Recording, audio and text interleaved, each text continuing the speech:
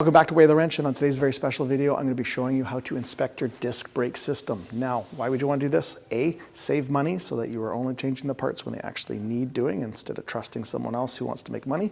And B, you are doing the job yourself, so you are confident that the job got done properly instead of trusting someone else that may or may not be doing the job properly. So stick around, I'm going to be showing you how to do it all.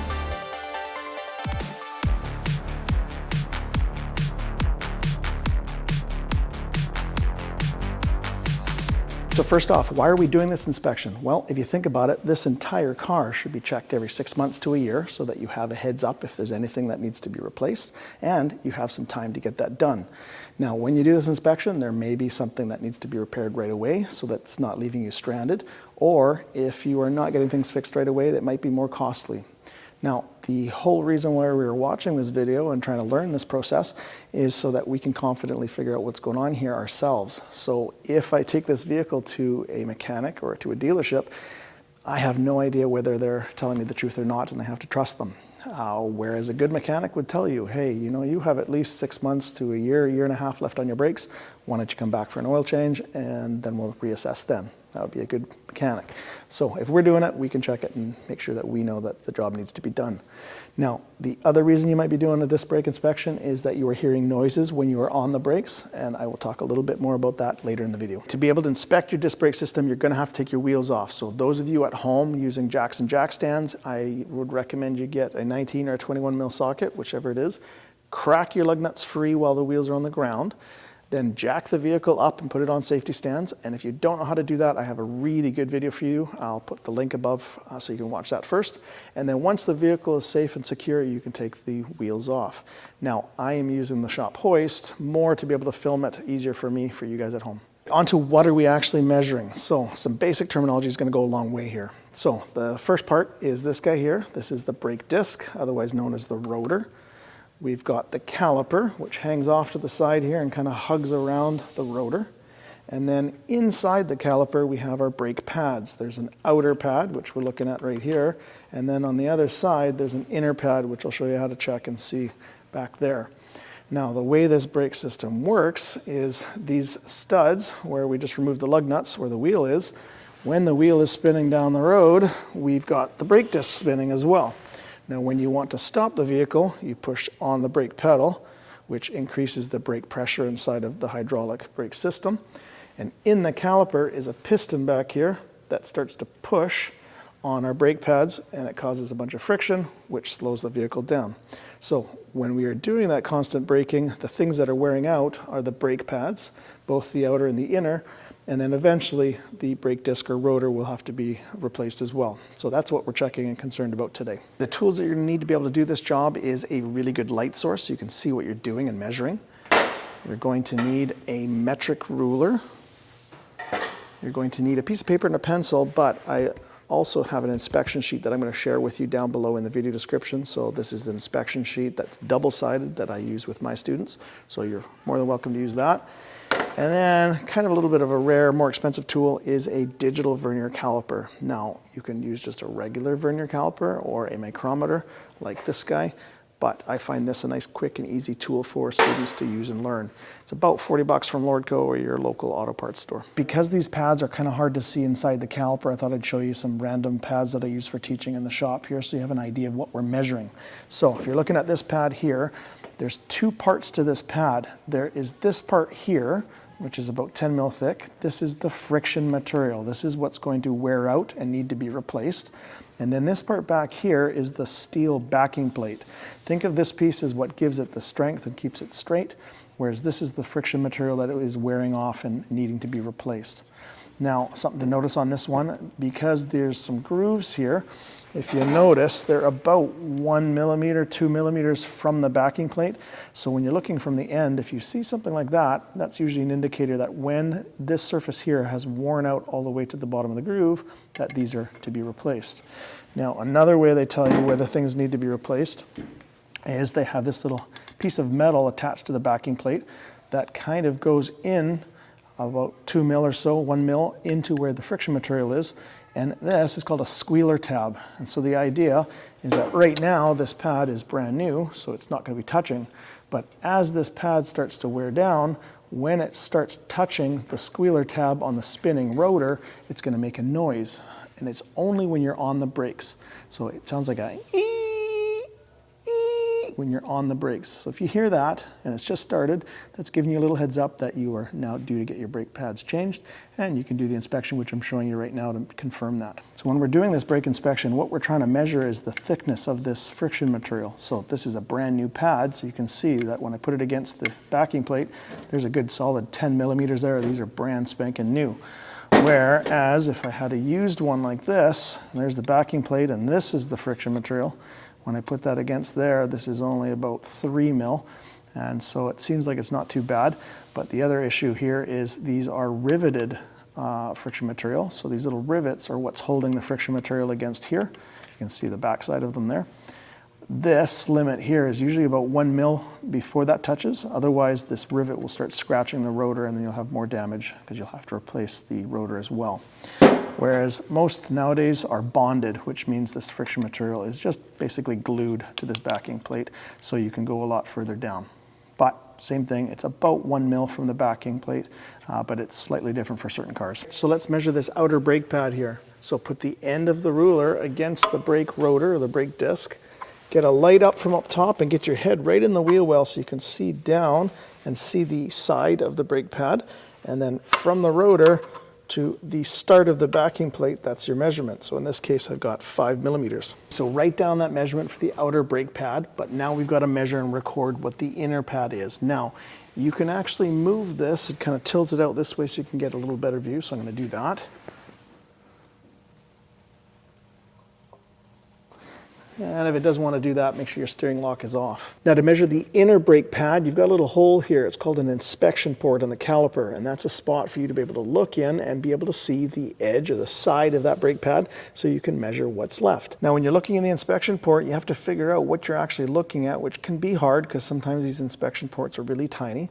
But a little trick of the trade is you can spin the rotor here, and then once you see that rotor moving, you can see that right here, that lip is the end of the rotor, and then this part right here is our friction material, and this part here is the actual backing plate of that pad. So we need to measure this spot right here. Because I can't get my ruler down in there to put it right against the surfaces to measure, what I do is I get my body in line and an eye in line with the starting point of that friction material, and then I get a ruler and I put it against that edge. And then I kind of just closely guesstimate looking at what I've got left up to the rotor. And in this case, it looks like there's about 3 millimeters left on this inner pad. I'm going to write that down, and then I'm going to continue with the next wheel.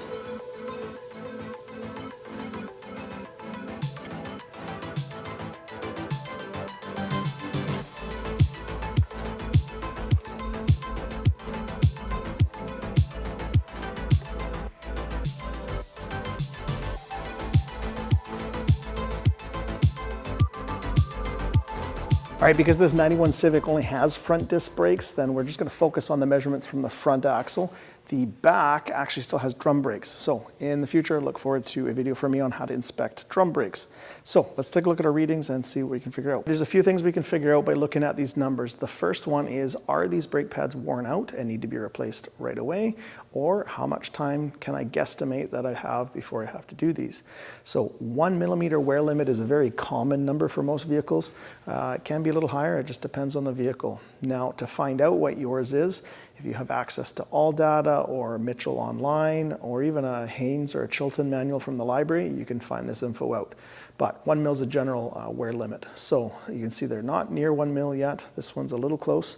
So now the next step is guesstimating how long before these need to be replaced. So if the person does not drive much, or if these are the front brakes, which tends to do a lot of the braking as opposed to the rear, you kind of have to guesstimate how long this will last. And in my opinion, this person probably could come back in 6 months to a year for another inspection / oil change, and then we can reassess and maybe do them then. Now, the next thing I look for is there a difference between the left and right really drastically? So for example, if this side had 8 mil and 8 mil, and this one had 1 and 1, then that would be telling me that the 8 and 8 caliper is not working, possibly because the piston has seized or it's not getting hydraulic pressure. And because this one's not working, the other one has to work really, really hard, and it's taken over all the braking jobs, so now it's wearing out faster. So you can use that number to tell if you have a problem with your caliper and one not working. The other hint to that is the side that is working and has lower pads, you'll probably notice that the steering wheel tends to pull in the direction of the caliper that is working and tends to steer the car that way when you are on the brakes. And then the third thing I look for is each caliper individually. I look at, is there a drastic difference between the thickness of the inner and the outer pads? Now, a millimeter or two, I'm not too concerned, especially when the other side is the same. What I'm thinking about is if the outer pad is something like 8 millimeters and the inner's only got 1 millimeters, that's telling me I have a problem with my caliper and it's not floating properly. Let me show you what I'm talking about. Now, when you're talking about brake calipers, there's two types out there. You've got fixed and floating. So fixed is going to be found on high-end, high-performance, really expensive cars, and they are fixed because the caliper is actually bolted permanently so it doesn't move around, and there's a piston on one side of the rotor pushing a pad, and then there's a piston on the other side pushing the other pad, so you get extra clamping force, extra braking power for our high-performance cars that need it. Now, on most commuter cars, you're going to have a floating caliper, which is a cheaper thing to produce, less parts, less machining, and it doesn't need as much power because usually these cars don't have 400, 500, 600, 700 horsepower. So the way to tell what kind of caliper you have is look for the bulge where the piston is. Now, when you look at a caliper, if it has this kind of round, bulgy kind of shape, this is where your piston is. Now, this caliper actually has a cutaway, so you can actually see the piston. And notice that the other side does not have a piston. This is a floating type of caliper.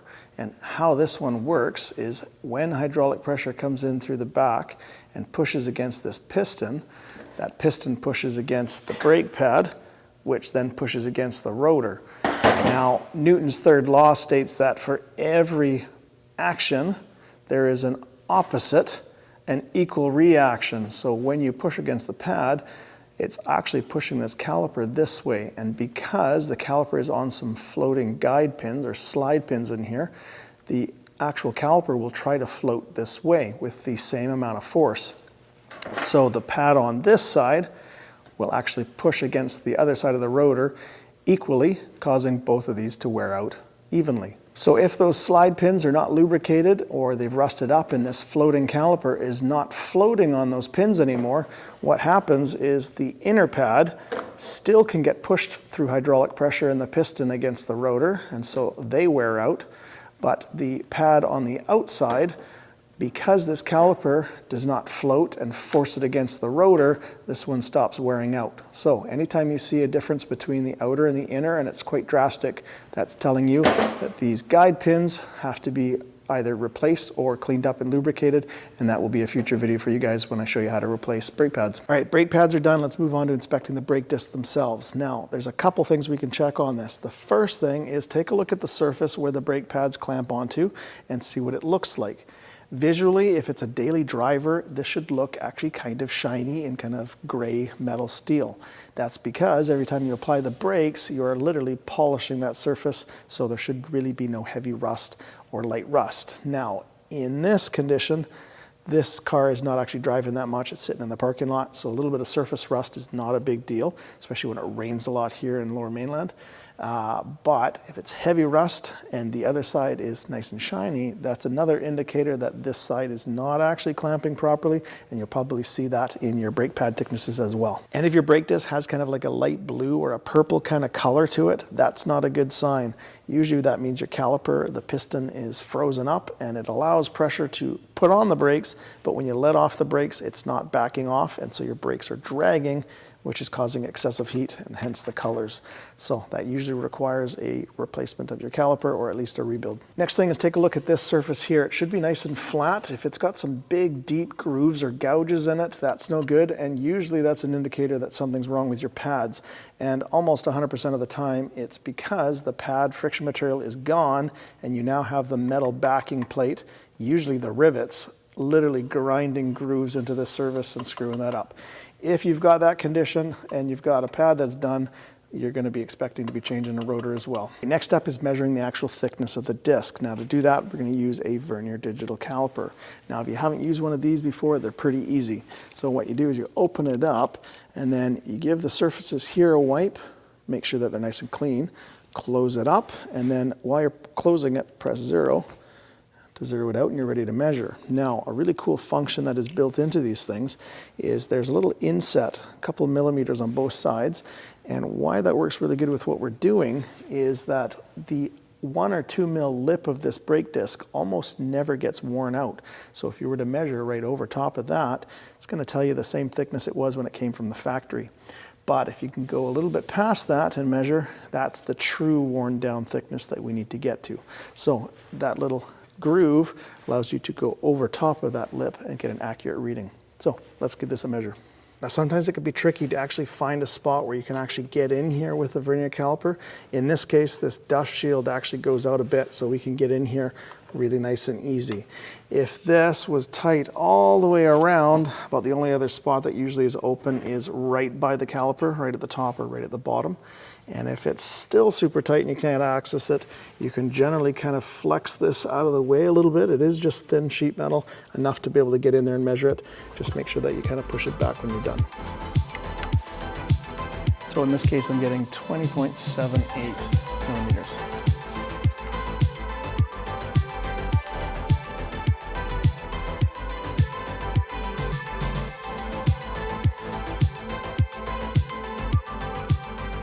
Now that I have the thicknesses recorded for our brake discs, I went ahead and looked in all data for this vehicle what the wear limit is for the pads, which is 3 millimeters, and the wear limit for the disc, which is 19 mil. So backing up a bit, if 3 mil is the wear limit on the pads, you can see we got one right there.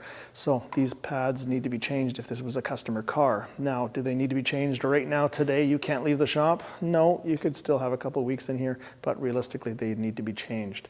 Now, when you change pads, they come as a set, so you'll be changing both out. And because there's a little bit of a difference, when we do that job, I would recommend that we take the slider pins apart, check if the boots need to be replaced, and clean them out really good and re-lube them up before we put the new pads in. Now, looking at the disc, throwaway is 19 mil thick. We've got another 1.7 mil to go, and they're pretty even, so I don't see any issues on changing the rotor. So it'll be just a pad job, which would be about $80 to $120, depending on the pads. Now, a couple other things that we can check while we're in here is this is a rubber flex line. This line has to be rubber because the wheel has to go up and down over bumps, and it has to turn when you turn the wheels. So if this was a solid steel tube all the way to the caliper, that would eventually flex back and forth until it breaks. So quick check, you just basically look, is it there? Is it leaking? Is there any bulges in the hose? Is there any kind of age cracking showing that it needs to be replaced? And in this case, it looks okay. While you're in here, before you close it up, I'd also take a look at the caliper itself. So take a look, is there any kind of obvious damage, heavy rust, any kind of leaking, especially around the back where the fittings and the flex line comes in. And also take a look at your slider pin, the rubber boots. There's 2 of them, one on the top, one on the bottom. Take a look, are they there? Are they cracked or torn? Is there grease coming out of them? And just an overall quality and whether these need to be replaced. There you go, there's how you inspect the front disc brakes on your vehicle. Now, if you have 4-wheel disc brakes, the only thing I would add to checking for the back that's any different is checking the parking brake. So take the parking brake off, make sure that you can spin the wheels left and right, and then when you pull the parking brake up and engage it, make sure that they both lock. That's about the only thing I would add to that. There's another video from Weigh the Wrench, this time on how to inspect your front brakes. So using this information, you can now go out and inspect your vehicle's brakes and know whether you need the brakes to be done or not. And when they do need to be done, the next step is going to your local auto parts store and getting a set of $80 to $150 brake pads and putting them in yourself. How cool is that? Future videos, I will help you on how to actually service your brakes and change them and look for other things, including diagnostic stuff, so look forward to that. And in the meantime, why don't you join us on Instagram, and that we can get all the background scenes and pictures, things that are going on in the shop before the videos come out. Till next time, take it easy.